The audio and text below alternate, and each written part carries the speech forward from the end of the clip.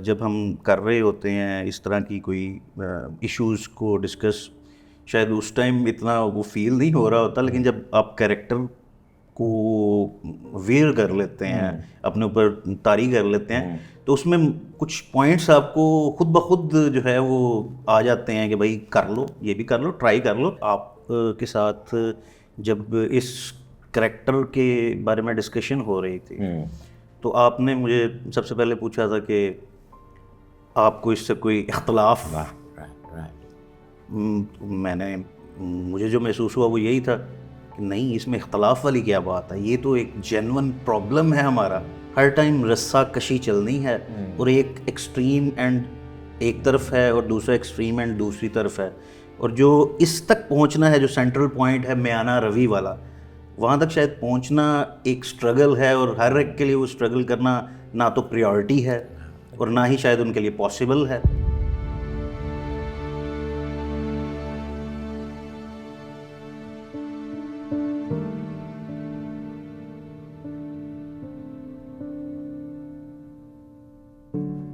Assalamualaikum, hello and welcome to another episode of Zindagi Tamasha Deconstructed.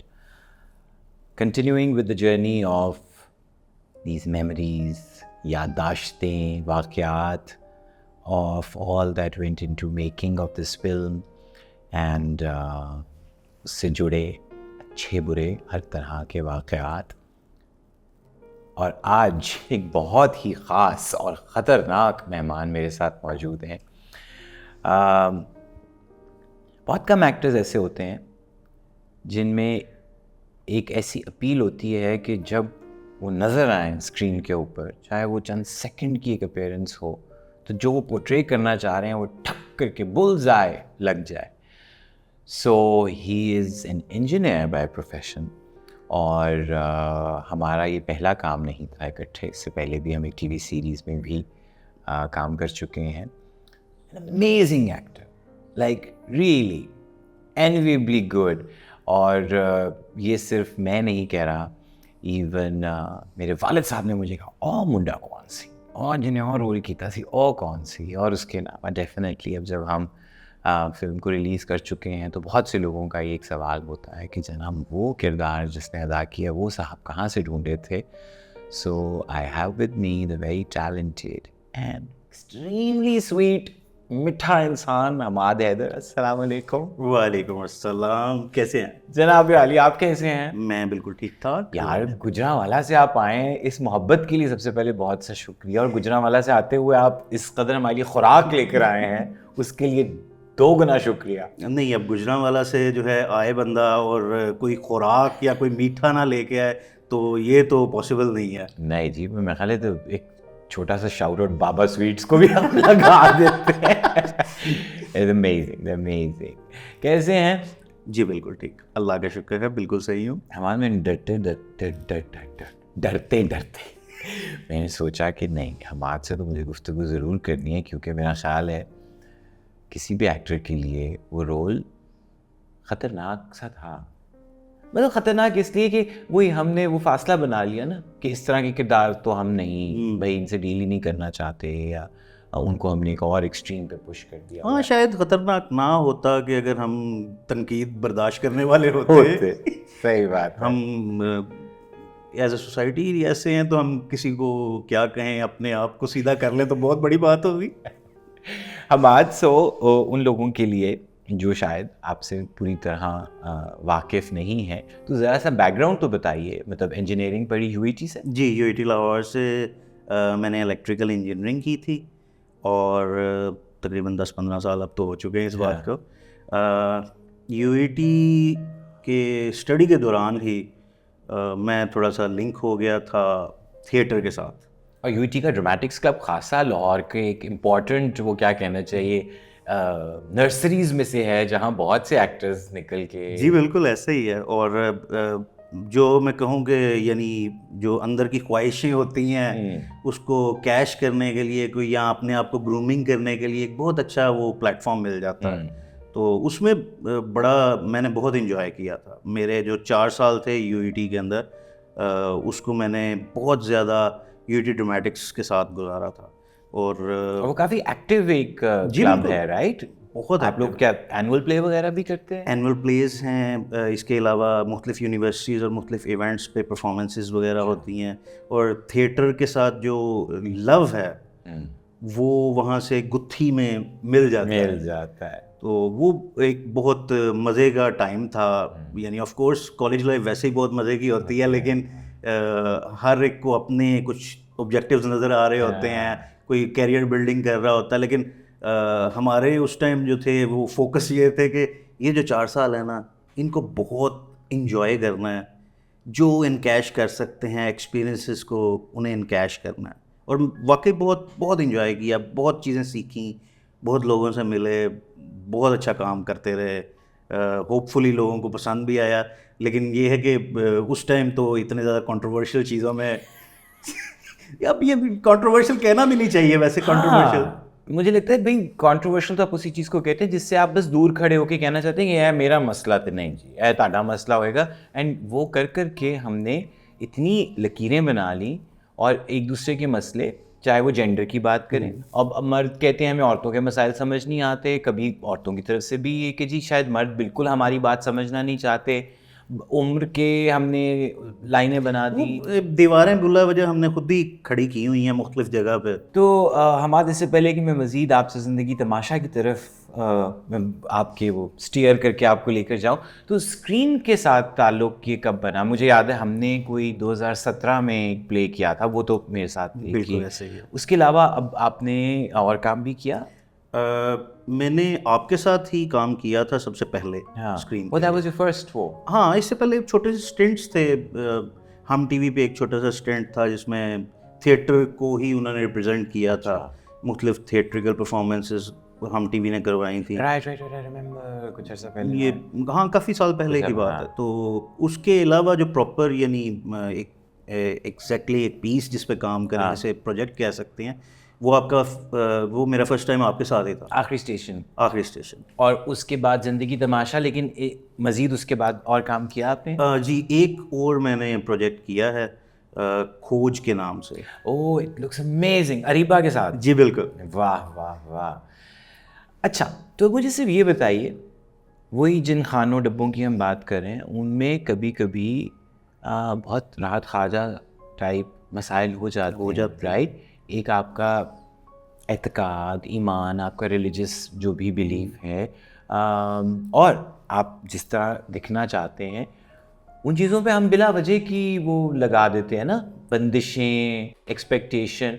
तो मैं frankly सिर्फ ये पूछना चाहता हूँ कि इस बारिश रूप के साथ ये कभी सुनने को मिली प्रॉब्लम, या ये कभी लिमिटेशन के तौर पे कि आप क्या काम कर रहे हैं और अदाकारी तो नहीं आपको करनी चाहिए? नहीं, शायद मेरा सर्कल या मेरे करीब के लोग ऐसे हैं कि मुझे डायरेक्टली ऐसा कोई अपने इर्द गिर्द के लोगों से ऐसा एक्सपीरियंस नहीं हुआ। मुझे हमेशा फैमिली की तरफ से भी, फ्रेंड्स की तरफ से भी बहुत सपोर्ट मिली है। क्योंकि जितना अच्छा आप करते हैं हमको करना चाहिए। तो सीधे कारीगर हो।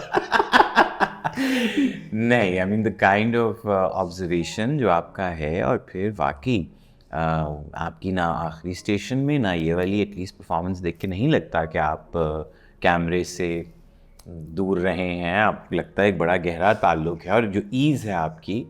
नहीं, वो ईज़ तो यानी अभी ये कहते हुए पता नहीं शायद अजीब लगे कि मैं आपके सामने बैठा हुआ हूँ, तो ईज़ क्रिएशन जो है वो तो आपको पता ही है, आपने ही की थी।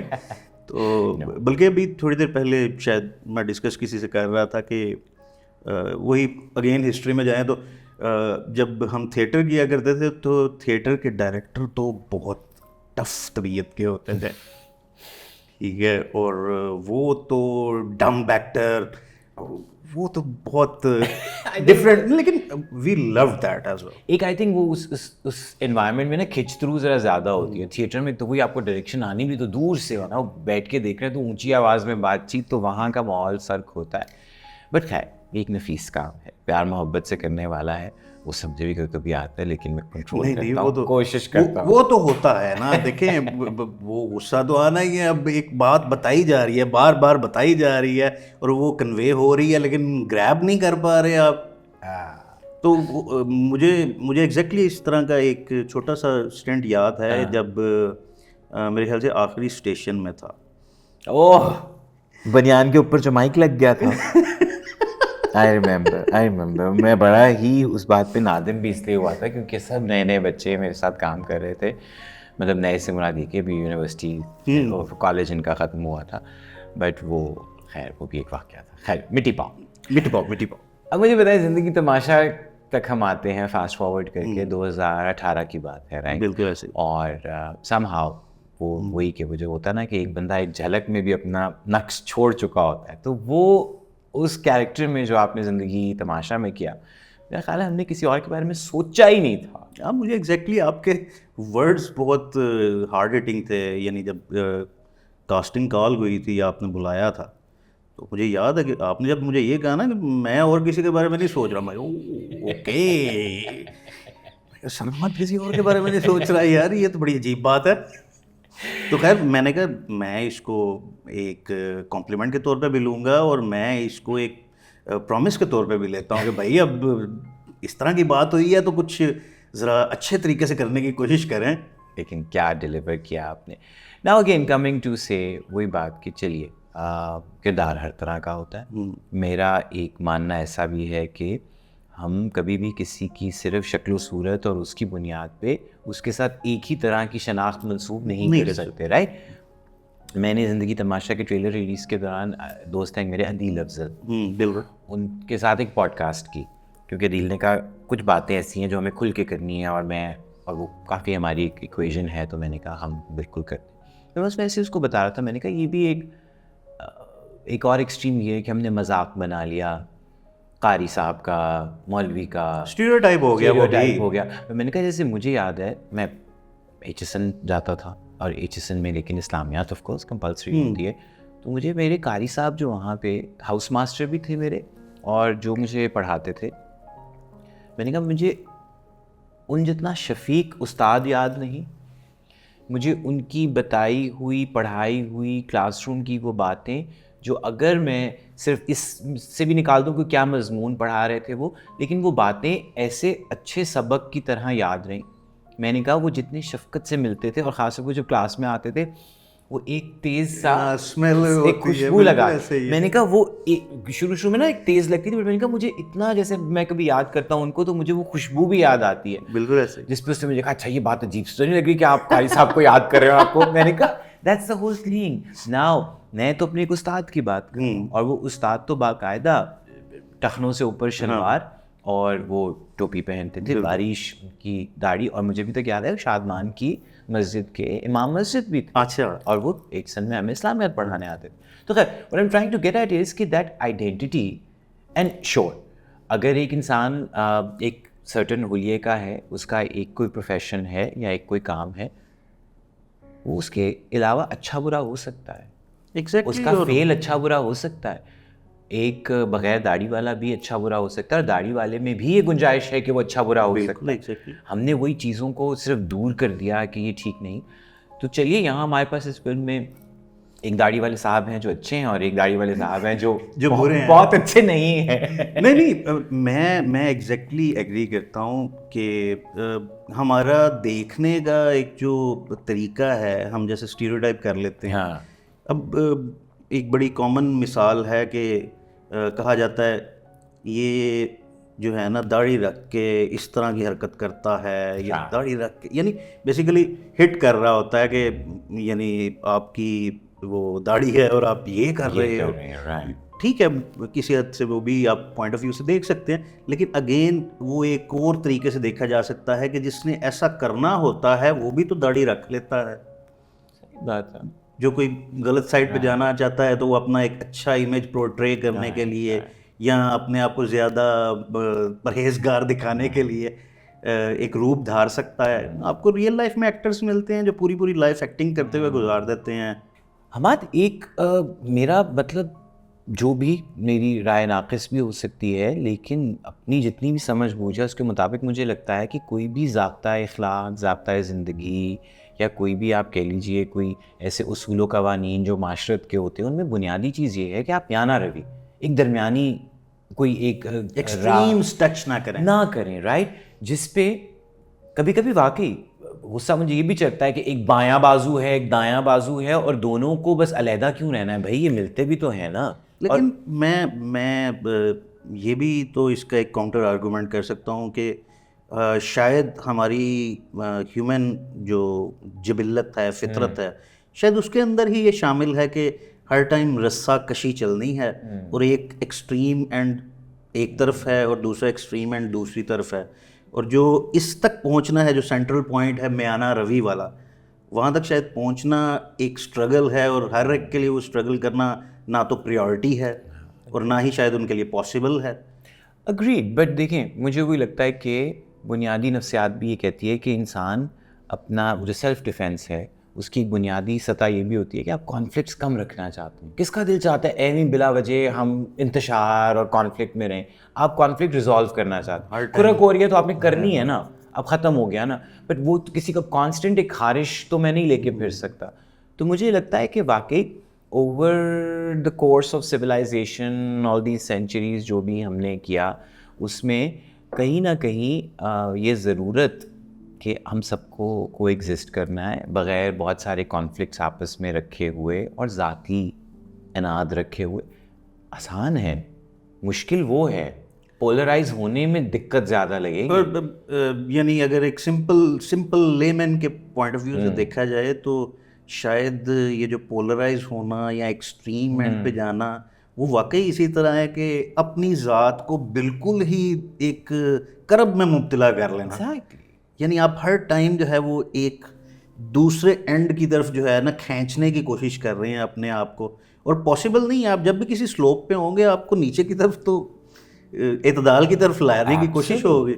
एंड आई फील वो उसमें आसानी है ना, क्योंकि जो माशरत है वो तो इकट्ठी है, और अगर आपने इकट्ठे रहना है तो उसमें आपको कुछ कॉम्प्रोमाइज़ करना पड़ेगा, किसी की सुननी भी पड़ेगी, कहीं अपनी सुनाएंगे भी, लेकिन ज़रूरी नहीं है कि उसमें फ्रिक्शन और कॉन्फ्लिक्ट हर वक्त आप।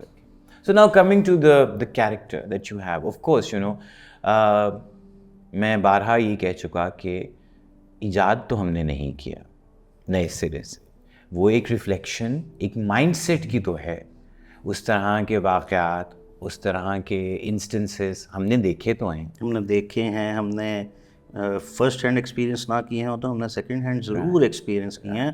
मैंने भी किए हुए हैं। मुझे याद पड़ता है कि ऑफ कोर्स मेरे क्लोज सर्कल से तो मुझे हमेशा सपोर्ट मिलती रही है किसी भी मामले में जो भी मैं करना चाहूँ, लेकिन हम जिस सोसाइटी में रहते हैं वहाँ पे तो रोड रेज के वाक़यात भी आ जाते हैं इतने ज़्यादा। और मैंने एक दफ़ा इस तरह का एक वाक़या देखा है, डायरेक्टली एक्सपीरियंस किया, लेकिन अल्हम्दुलिल्लाह कोई ऐसा इशू नहीं हुआ था क्योंकि मैं बैक फुट पे ही रहा था। मैं कोई अग्रेसिव नहीं हूँ, तबीयत मेरी जो है वो मुतदल है। तो इस तरह का एक वाक़या होने वाला था और मैंने भी उस टाइम जो है बैक फुट पे अपने आप को रखा और नहीं हुआ, अल्लाह का शुक्र है, कोई ऐसी प्रॉब्लम खड़ी नहीं हुई। लेकिन एक जो कह लें आपके हर टाइम गुस्सा हमारे अंदर भरा हुआ है, हर एक के अंदर भरा हुआ है। यानी मैं पाकिस्तानियों की, नॉर्मल पाकिस्तानियों की बात कर रहा हूँ कि चलते हुए किसी को कोई प्रॉब्लम हो गई तो उसने सबसे पहले जो है वो आपको आवाज़ लगा के तड़ी करानी है और गाली देनी है, राइट। गाली जो है ना, वो एक मंटो साहब की बहुत खौफनाक सी कहानी मुझे याद आई। उसमें इसी तरह है, उसका क्या नाम है कहानी का, नाम मुझे भूल गया है। उसमें क्या है, वो बंदा है, वो उसको ना वो मालिक मकान निकालता है घर से, और वो बेचारा मिस्कीन है थोड़ा, या यू नो इकोनॉमिकली वो थोड़ा वो, तो उसके गले में गाली फंस जाती है। मतलब उसके उस कॉन्फ्लिक्ट पे है कि वो जा रहा है और वो कह रहा है कि गाली मेरे अंदर फंसी हुई है, इसको मुझे निकालना है। वो कभी छत पे जाके चीख रहा है, कभी कुछ, you know. So I am just saying कि yes there is a, you know, आपको ऐसे हालात भी मिलते हैं, लेकिन फिर वही कि इंसान और बशर जो है वो होना एक आपके लिए शर्फ है और उसके बड़े तकाजे हैं। वो स्टैंडर्ड्स मेंटेन करने पड़ेंगे आपको। अशरफुल मखलूकात मतलब ऐसे ही तो नहीं, कोई आम टाइटल तो नहीं है।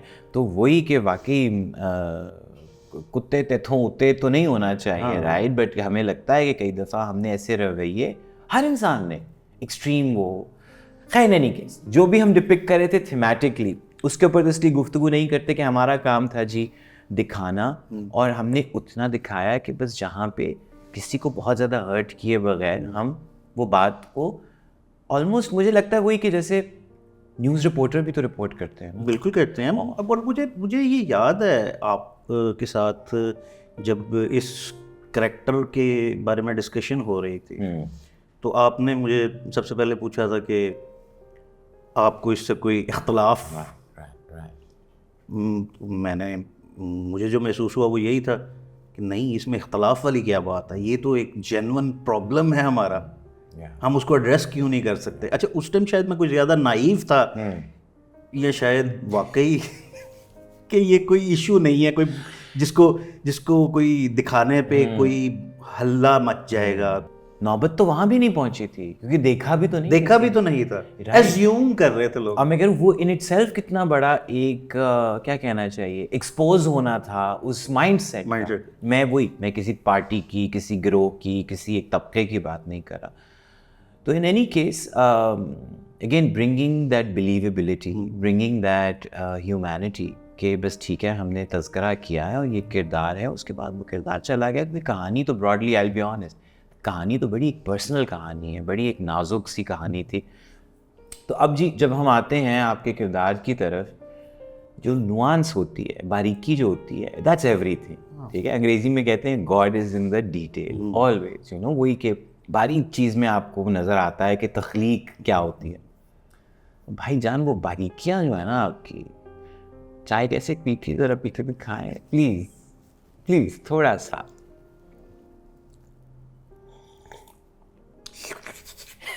ये क्या था? कोई मुझे कहता है कि आपने बड़ा अच्छा डायरेक्ट किया। मैंने कहा इस तरह की डायरेक्शन मुझे देनी नहीं आती, मैं क्या कहूँ कि अब आप चाय पी के यूं करें, कैसे करूँ? एक्चुअली मैं उस टाइम जब एलिमेंट्स ऐड करने थे, कोई छोटे मोटे एलिमेंट ऐड करने थे, तो अपनी ऑब्जर्वेशन के ऊपर ही आपने चलना है। कोई ऐसा आउट ऑफ द ब्लू आपको कोई ऐसी ऑब्जर्वेशन जहन में रह गई हो कि आपने किसी को देखा हो, किसी ऐसे जो रियल लाइफ कैरेक्टर्स आपके सामने हर टाइम आ रहे होते हैं, तो उन कैरेक्टर्स की कुछ छोटी छोटी डिटेल जो है वो आपने अपने कलर जो है फिल करने होते हैं, तो आप उठा लेते हैं। बट कोई एक चीज़ तो नहीं थी हमारा, मैं वही बोल रहा हूँ कि इवन वो ढीले हाथ करके चलना, राइट, वहाँ पे आके एक तरह से बैठना, क्योंकि फिर वही बात कि इसका कैरिकेचर बनाना तो आसान है। अब अगेन हम अब बहुत सी चीज़ें पॉलिटिकली इनकरेक्ट लगती हैं, वरना हमने क्या नहीं किया, हमने सिखों पे हमेशा जोक बनाए, हमने पठानों पे जोक बनाए, मौलवियों के जोक्स बन गए, राइट। लेकिन इधर वो तो हमारा इरादा या नीयत थी भी नहीं, तो उस कैरेक्टर को मज़हका खेज़ बना देना तो बहुत आसान था। लेकिन उसके वो छोटे छोटे उस कंट्रोल के साथ उसमें डिटेल आपने वो डाले कि वो आपको रियलिस्टिक टच उसके अंदर रहे, और जो उसका गुस्सा है वो आपको जेन्युइन लग रहा है, जो बात वो कह रहा है वो जुगत नहीं लगा रहा, वो बात जो कह रहा है वो एक सॉर्ट ऑफ उसका फ्लॉड माइंडसेट भी है ना, कि मतलब वो भी कहीं एक सुनी सुनाई कोई बात कर रहा है जिसमें शायद उसको पूरा यकीन भी नहीं है। तो वो मेरे ख्याल से शायद हम ये भी कह सकते हैं कि अगर जो विलन्स हैं या नेगेटिव कैरेक्टर्स हैं, वो उनकी अगर माइंडसेट देखा जाए, वो अपने आप को अगर विलन समझते हों तो वो कभी विलन नहीं होंगे, वो अपने आप को जहन में जस्टिफाई करके ही सब कुछ कर रहे हैं। Absolutely. तो वो छोटी छोटी जो बातें हैं उनकी, जो छोटे छोटे उनकी अदाएं हैं या जो उनके प्रोसेस हैं, वो उनके करेक्टर को इम्प्रूव कर रही हैं, उनको डिस्क्राइब कर रही हैं। उसमें ऐसा नहीं है कि मैं कोई ज़ोर लगा के उसको ईवल बनाना चाहूँगा, या राइटर ने लिख दिया है कि भाई वो जो है उसके चेहरे पे मूंछ ऐसे ताव दी जा रही है और उसके सर पे ऐसे करके उसने हाथ रखा है। उस तरह की चीज़ें नहीं हैं। हम तो नेचुरल, जो हमें शायद इस तरह के बेतहाशा करेक्टर्स हम बाहर निकले हमें नज़र आ जाए, और मेरे ख्याल से कोई बड़ी बात नहीं होगी। नहीं भाई, लेकिन जो भी कह लें, वो जो एक ईज़ और बिलीवेबिलिटी है, that is a master class in acting. I can say it with what ever little authority I have, क्योंकि वहाँ आपका थिएटर का बैकग्राउंड बहुत काम आया। कितने मतलब एक हद तक तो गुफ्तगू लिखी हुई है, लेकिन उस गुफ्तगू को अपना बना के पहले करना, उस मकालमे को मकालमा ना लगना। My favourite line of the scene is, Danish मेरी जूती पड़ा क्योंकि क्या हमने सोचा था कि जूती उतरेगी, क्या वो कहीं तय हुआ था? वो जूती उस सारे में ऑफ कोर्स सिर्फ लगनी थी, लेकिन उसके बाद हमने तो इग्नोर कर दिया था कि जूती का किस्सा तो ख़त्म हो गया। तो वो पूरी लड़ाई जहाँ पे मतलब मुगल्लज़ात की बरसात दो लोगों ने, क्योंकि दो पंजाबी आदमी, मुझे पंजाबी क्या, दो आदमी मतलब जनरली जब लड़ते हैं तो सबसे पहली चीज़ वो यही करते हैं कि गालम गलोच शुरू। हाँ तो वो गालम गलोच के बाद तो वैसे ही मतलब सबके कानों से धुएं निकल रहे थे। मुझे याद है फैज़ और साउंड रिकॉर्डिंग कर रहा था, फैज़ ने यूं करके कर रहे तो चुप कर रहे, बट वो चला गया और उसके बाद हमाद की लाइन आती है, दानिश जुत्ती पड़ा मेरी। अंकल आप जाए यहाँ से, कर सा पीछे हो जाए, मेरी जुत्ती फाड़ के ले आ दानिश, कर सा पीछे हो जाए। लंगा में तेनू वो जो पूरा स्ट्रेस था ना मेरा उस सीन का, तो मैं एक सकते के अंदर से ना मैंने इतनी मुश्किल से अपनी हंसी रोकी और मैंने कहा नहीं, इस सीन का इम्पैक्ट मैं अपने लिए नहीं ख़राब कर सकता, but just that it humanise the character कि उसको अपनी जूती की परवाह है, हालांकि उन्हें सुट के मारी है। नहीं, वो इट केम नेचुरली। वो कैरेक्टर जो है सॉरी, जब वो कैरेक्टर खुद एक जा रहा है, ऑफ कोर्स उसके ये एक बड़ा एपिसोड हुआ है, लेकिन उसने घर भी तो जाना है ना।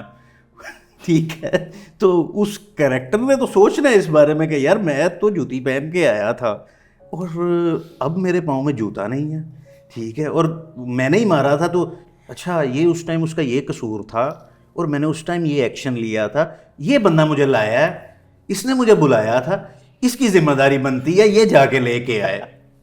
But just that presence of mind has to come from a place of completely suspending everything else and believing कि जो मैं अभी बना हुआ हूँ मैं यही मैं हूँ। वही हूँ। और उस सीन को ओन करना उस तरह से, it's amazing। एक और बड़ी मज़े की, उस दिन किसी ने, एक दोस्त है हमारे, तो वो उन्होंने ना एक बहुत दिल से एक ना लिखा और उन्होंने शुरू इसी तरह किया कि मैं ख़ुद एक बाकायदा बरेलवी सुन्नी इंसान हूँ और मुझे बड़ी तकलीफ़ हुई थी कि ये सरमद ने क्या किया है जब तक फिल्म नहीं देखी थी, और अब देखी है तो ये, और मैं तो बिल्कुल, मैं अब मेरा यकीन हो गया कि ये तो ऐसा बरखुरदार ही नहीं है, इसने कैसे किया ये वो, और ये बिल्कुल बहुत अच्छी फिल्म है, सबक आमूज़ फिल्म है, लेकिन 2-3 चीज़ों के बगैर गुजारा हो सकता था। फिर उन्होंने लिखा, चंदे वाली लाइन ना होती, हाँ ठीक है, फिर उन्होंने लिखा कि वो अमेरिका और इसराइल का जिक्र जो है वो, लेकिन आज मैं अब एडमिट ये भी करना चाहता हूँ कि एक अदद मेरा फेल्ड सा निकाह हुआ था, ठीक है, फेल्ड सा मुराद ये कि वो बस वो निकाह हुआ था, उसके बाद बात नहीं बनी, तो हमने कुछ अरसे के बाद वो ख़त्म हो गया, रुखसती अभी नहीं हुई।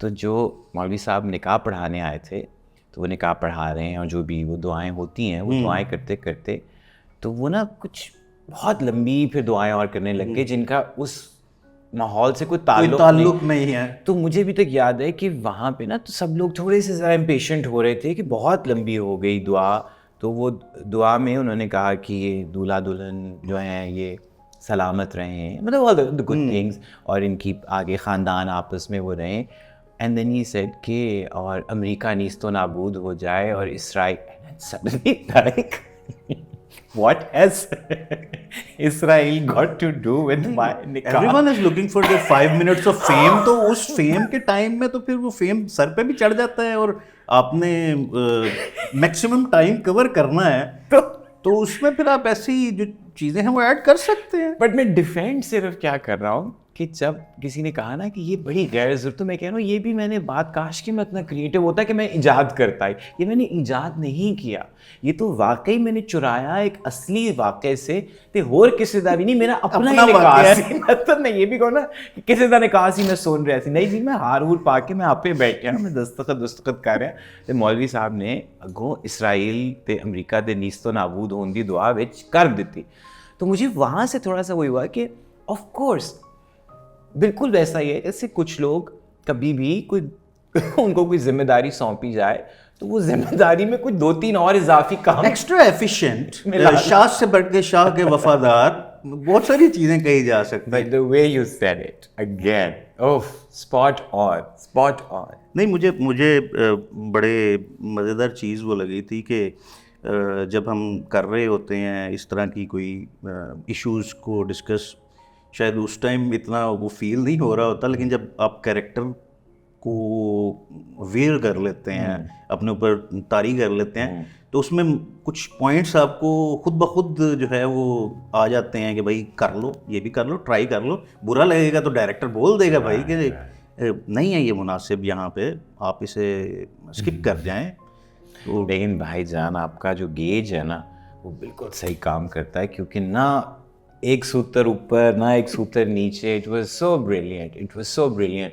आई would not want to talk about the other scene only because कि वो around that so much controversy happened. But वो सेंसर से क्लियर्ड लाइन थी, पूरी लाइन. अभी भी जो वो लाइन है वो हमने सिर्फ इसलिए कि चलो अभी भी किसी का सेंटिमेंट अगर उससे हर्ट हो रहा है हम ना करें.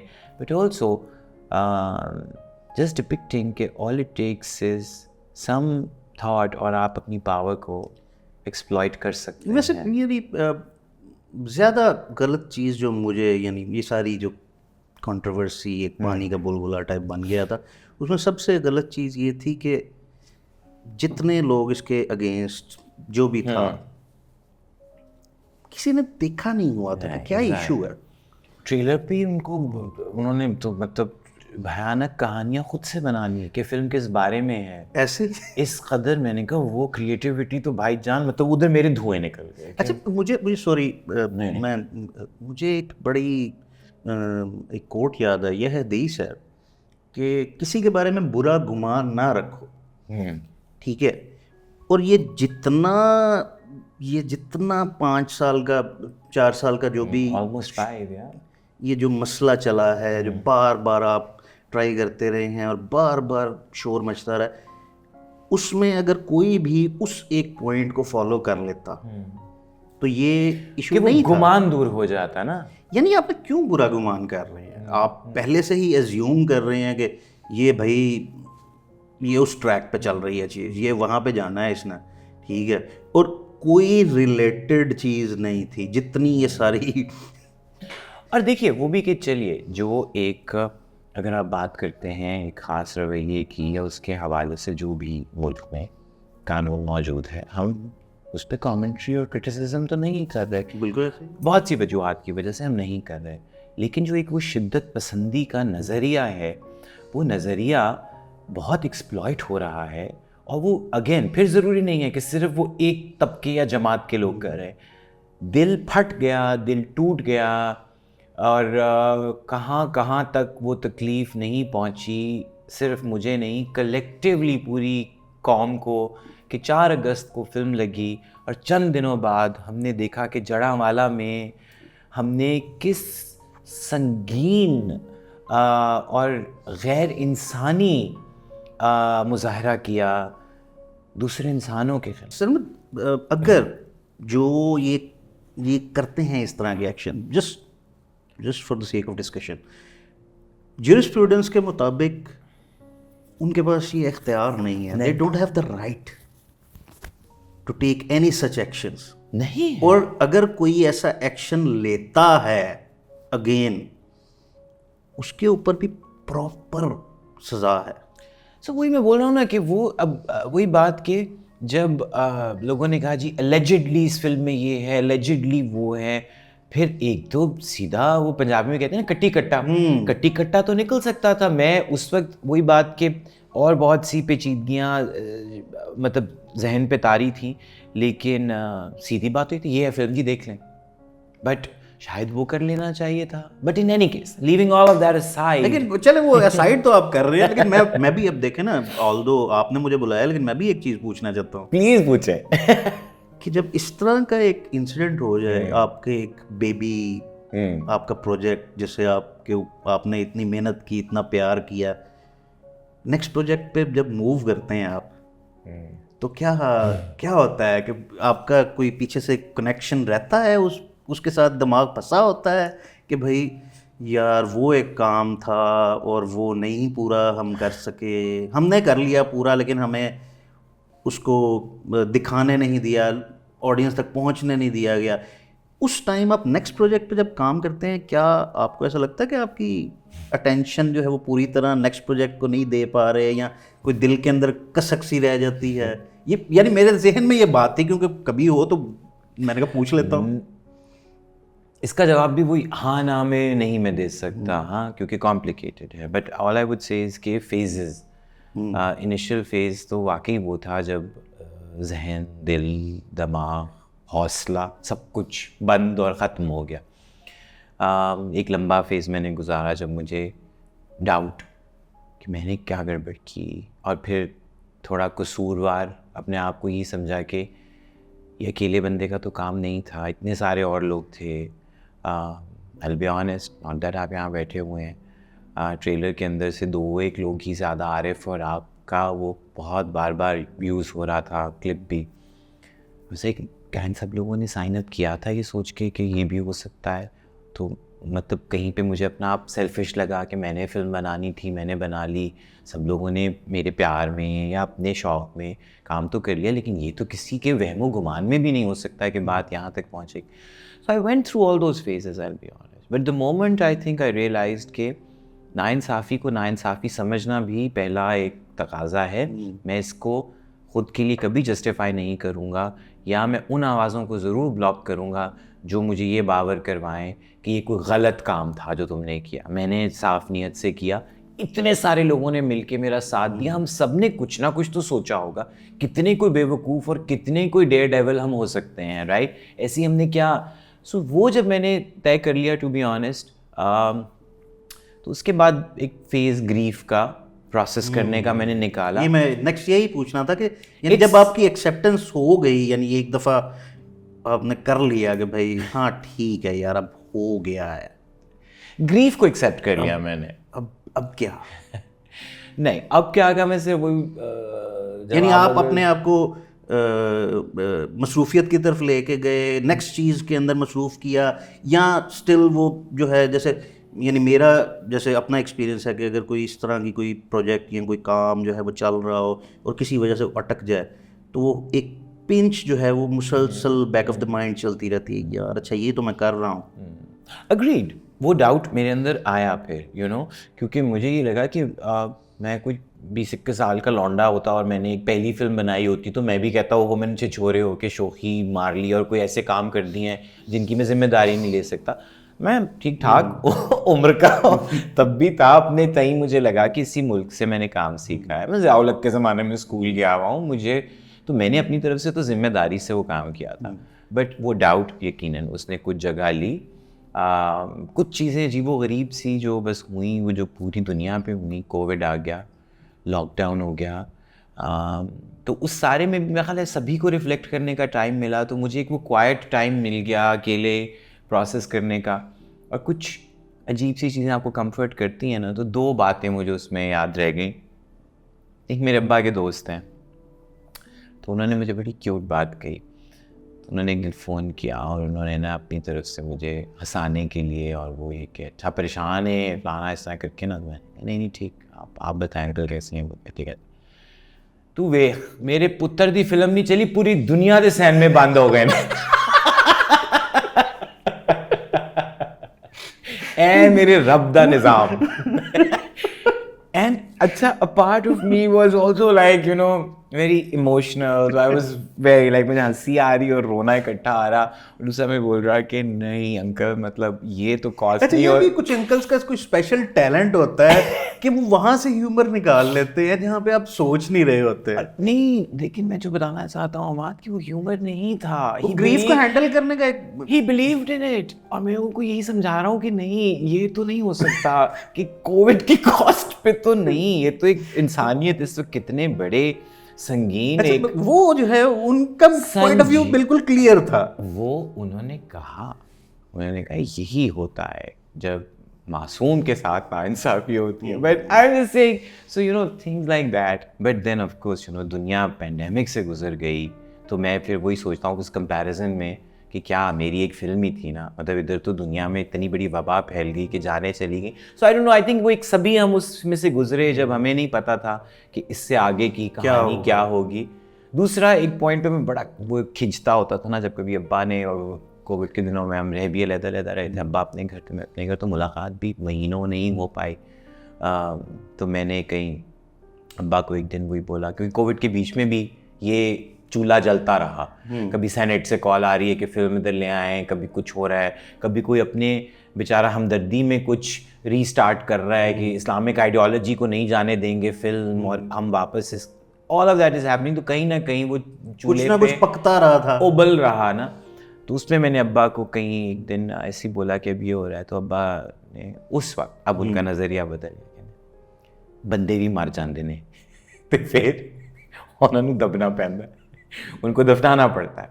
तो आर्ट ही है ना, कोई बात नहीं, तू किस्मत में लिखा होगा ना और फिल्में बना लेना। Like what he wanted to say was move on, it was like bury it।